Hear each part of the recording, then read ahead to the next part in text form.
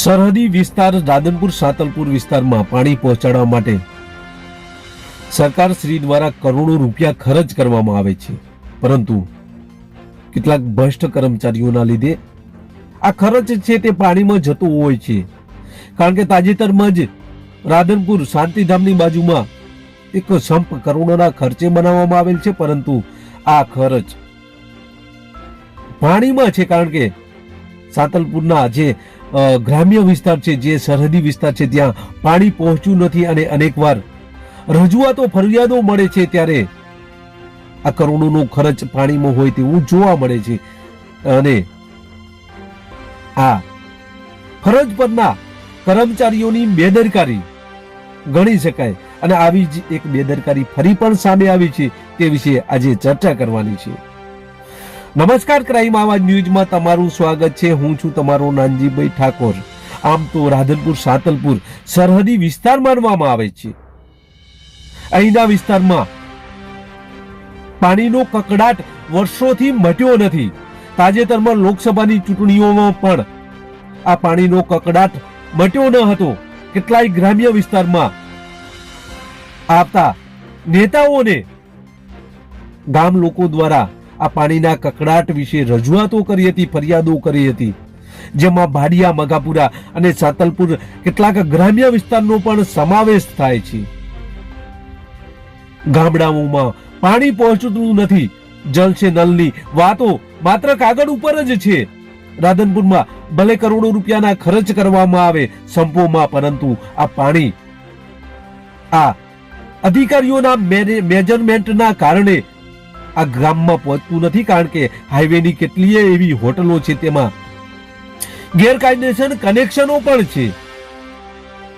અને આ ગ્રામ્ય વિસ્તારમાં પાણી વચ્ચેના જે વિસ્તારો છે તેમાં બગડતો હોવાથી આ પાણી પહોંચતું નથી. અને એટલે જ ગ્રામ્ય વિસ્તારમાંથી ફરિયાદો અને રજૂઆતો મળતી હોય છે. સાતલપુર તાલુકાના ગ્રામીણ વિસ્તારમાં જે સંપ આવેલો છે હાઈવે ઉપર, આ હાઈવેનો જે સંપ છે, જે પાણી પીવાનો આ સંપ છે, જ્યાંથી આ સમગ્ર વિસ્તારને પાણી મળે છે, તે જે સંપ છે તે ઉપરના ભાગથી તૂટી ગયો છે. સાતલપુર વિસ્તારના પાણી પુરવઠાના કર્મચારીઓને આ બાબતે જાણ પણ છે, પરંતુ તેને રિપેરિંગ કરવામાં આવ્યું નથી. આ સંપની ઉપરથી લોકો પાણી ભરી રહ્યા છે. ખુલ્લો સંપમાં કોઈ પડી જશે અને તેનું મરણ થશે તો જવાબદારી કોની છે? આવી અનેક ચિંતા છે, પરંતુ આ ચિંતા આ ભ્રષ્ટ અધિકારીઓ, આ જેની બેદરકારી છે તે બેદરકાર અધિકારીઓ આ ચિંતા દૂર કરતા નથી. અને આ સરહદી વિસ્તાર છે, એટલે નજીકમાં પાકિસ્તાન પણ આવેલું છે. અને આ પાકિસ્તાન આવેલું હોય, કેટલાય ઈસમો અહીંના બોર્ડર વિંગ, બોર્ડર સુરક્ષા ફોર્સે ઝડપી સાતલપુર પોલીસના હવાલે કર્યા છે. આવો કદાચ કોઈ ઈસમ આવી આ ખુલ્લે જે ટાંકી છે તેમાં કોઈ પદાર્થ, ઝેરી પદાર્થ નાખી દેશે તો આ ગામડાઓની, આ લોકોની હાલત શું થશે તે વિચારવાનો પ્રશ્ન છે. કારણ કે અહીંયા સરહદ પણ નજીક છે. હાઈવે ઉપરનો આ સંપ છે, ખુલ્લો સંપ છે. અહીંયા કોઈ પણ વ્યક્તિ આ સંપના પાણીમાંથી પાણી લઈ શકે છે અને રાત્રે કે દિવસે આવી શકે છે. આ રીતની અહીંની પોઝિશન છે.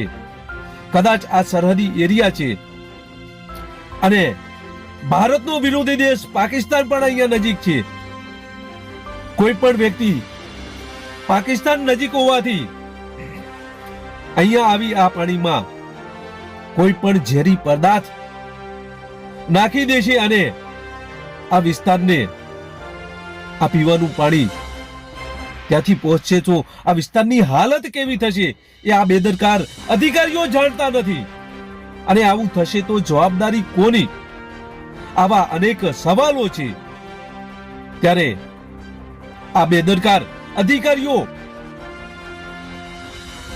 સત્વરે આ સંપને રિપેરિંગ કરી અને તેને સીઝ કરવામાં આવે અને આ સંપની જવાબદારી આ બેદરકાર પાણી પુરવઠાના અધિકારીઓ છે, જેથી આવા કોઈ પણ વ્યક્તિઓ આ સંપમાં પાણી ન ખેંચે તેની પણ એમની જવાબદારી છે, જેથી આ બાબતે યોગ્ય કાર્યવાહી કરે તેવી લોક માંગ ઉઠી છે.